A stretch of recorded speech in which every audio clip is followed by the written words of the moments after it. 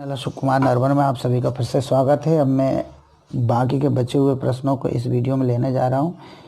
5 प्रश्न मैं पिछले वीडियो में ले चुका हूं। छठे प्रश्न से आगे जितने भी लघु उत्तरीय प्रश्न हैं उन सबको लूँगा।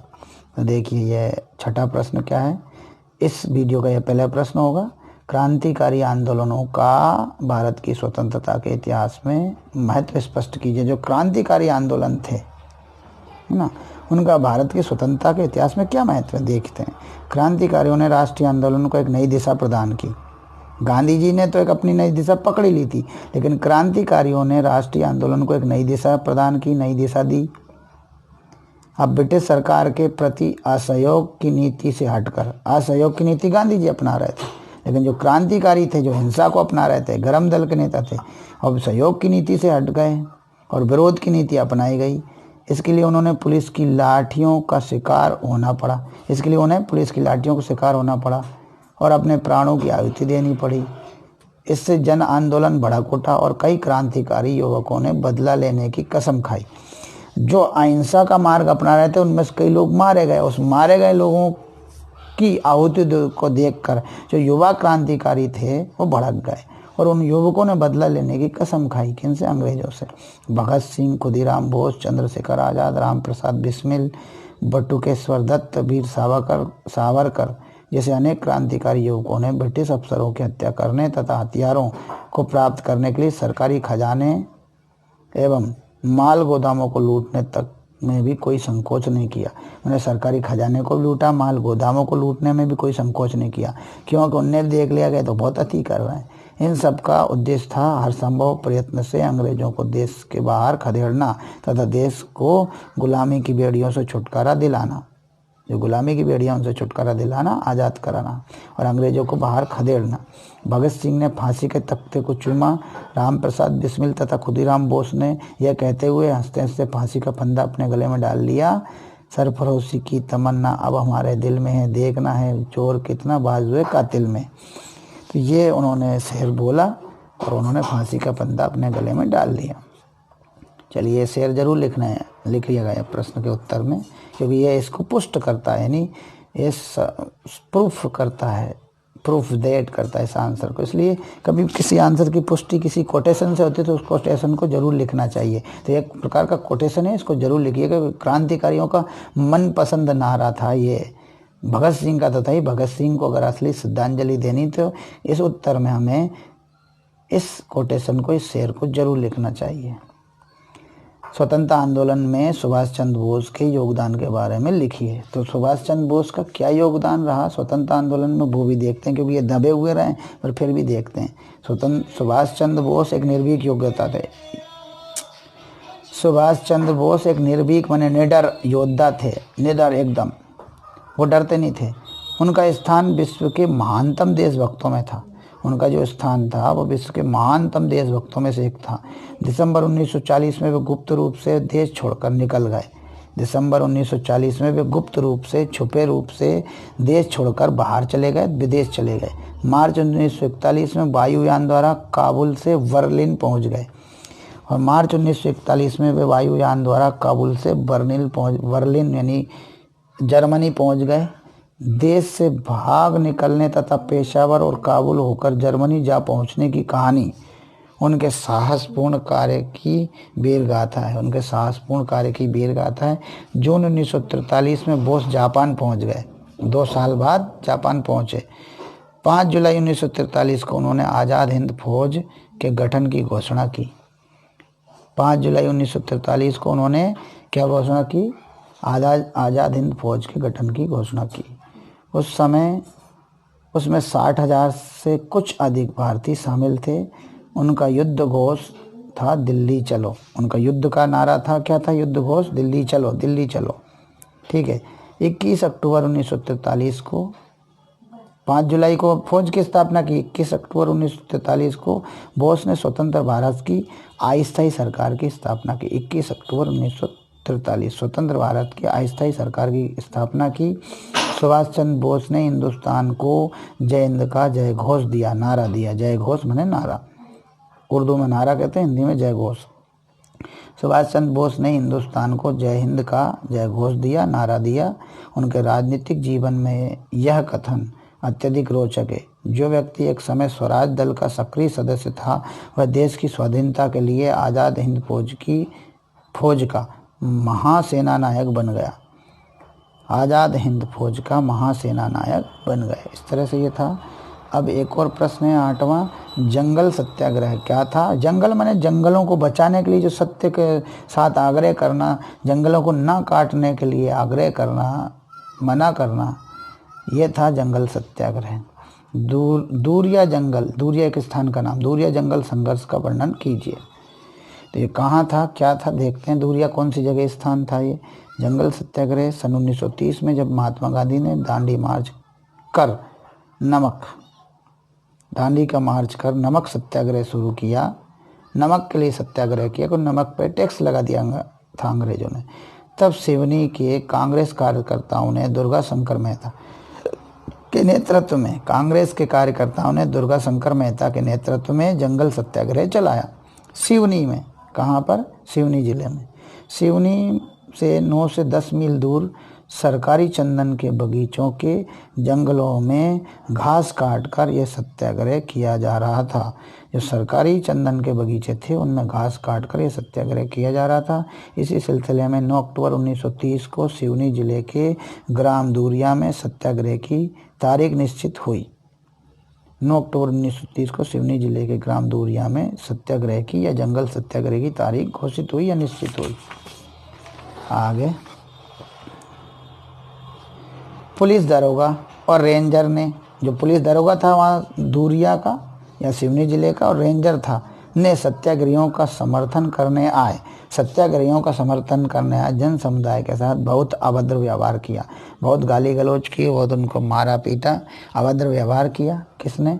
तो पुलिस दरोगा ने और रेंजर ने। वो जो सत्याग्रही थे, चंदन के बगीचों में घास काट रहे थे, उनका समर्थन करने जो जन समुदाय आता उनसे के साथ बहुत अभद्र व्यवहार किया, जिससे जनता उत्तेजित हो उठी, जिससे जनता भड़क गई।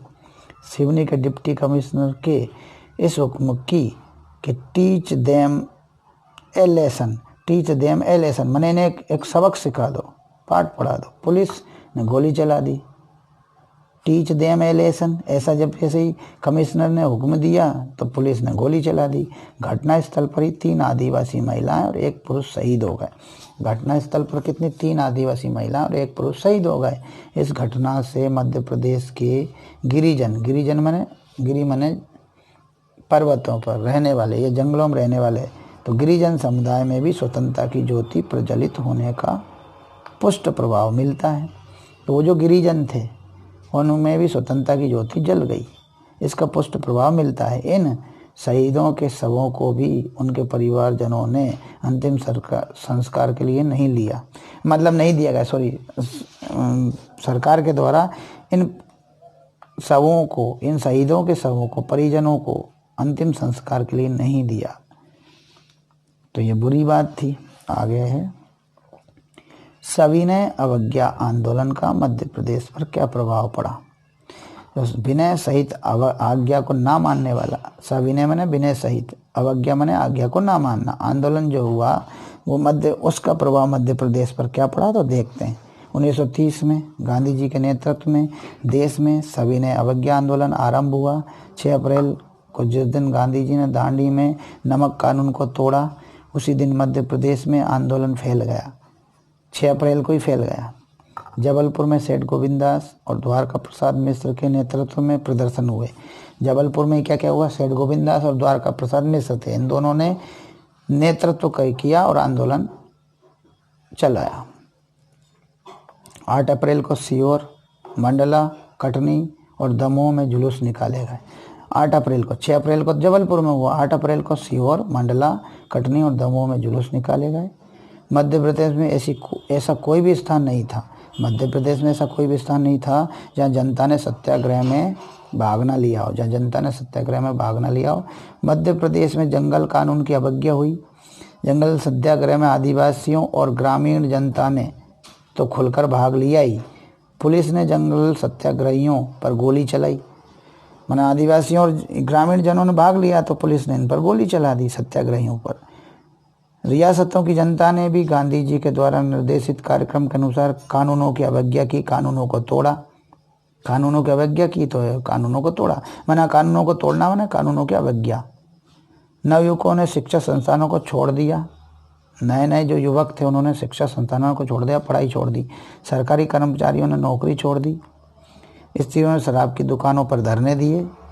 जैसे जैसे आंदोलन का विस्तार हुआ, सरकार ने दमन में तीव्रता से किया। सरकार ने जो दमन किया वो तीव्रता से किया जैसे जैसे आंदोलन का विस्तार हुआ।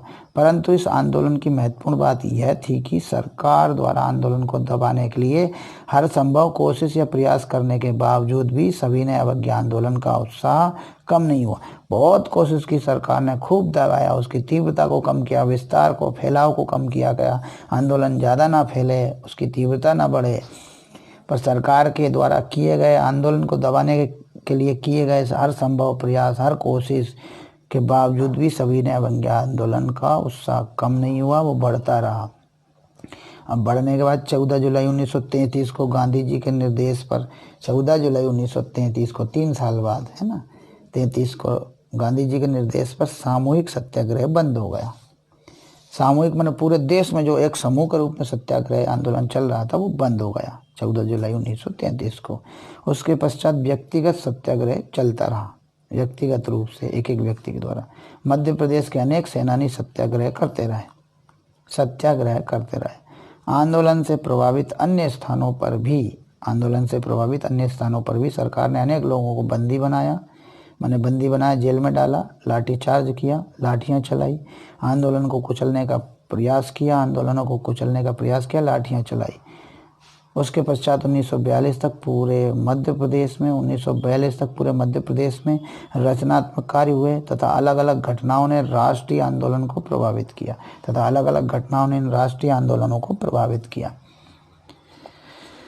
अब आगे है मध्य प्रदेश के राष्ट्रीय चेतना की जागृति हेतु। मध्य प्रदेश में राष्ट्रीय चेतना की, यहाँ मतलब में होना चाहिए, मध्य प्रदेश में राष्ट्रीय चेतना की जागृति हेतु, राष्ट्र की चेतना को जगाने हेतु, राष्ट्र से संबंधित चेतना को जगाने हेतु प्रकाशित होने वाले समाचार पत्रों के नाम लिखिए।